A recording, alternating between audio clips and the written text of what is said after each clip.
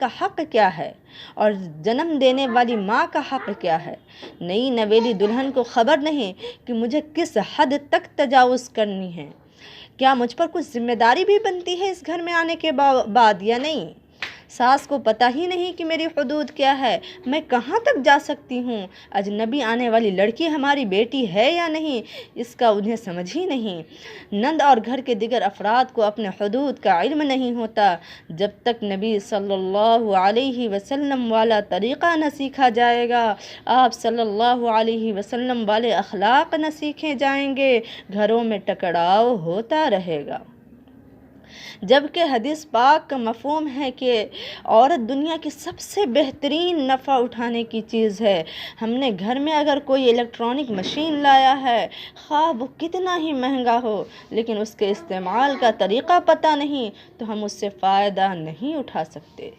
ٹھیک اسی طرح عورت بھی دنیا کی بیش بہا قیمتی نعمتوں میں سے ایک ہے، لیکن اس کے استعمال کا طریقہ احکام خدا بندی اور سنت رسول صلی اللہ علیہ وسلم کے مطابق اگر ہوگا تو ہم اس سے پورا فائدہ اٹھا سکتے ہیں اور ہماری زندگیوں میں خوشیوں کی برسات ہو سکتی ہے، امن و سکون کا گھر میں فضا قائم ہو سکتا ہے۔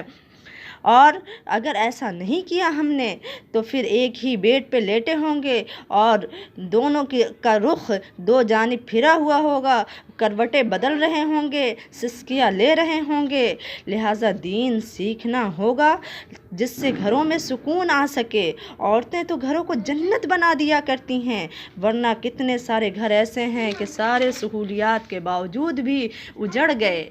اللہ تعالیٰ سے دعا ہے آخر میں کہ اللہ ہم سب کو پرسکون زندگی عطا کرے۔ وما علینا الا البلاغ۔ کسی بھی طرح کے دینی مسائل خواتین کے ہوں تو کمنٹ میں اپنا سوال درج کریں، انشاءاللہ مدلل جواب فراہم کیا جائے گا۔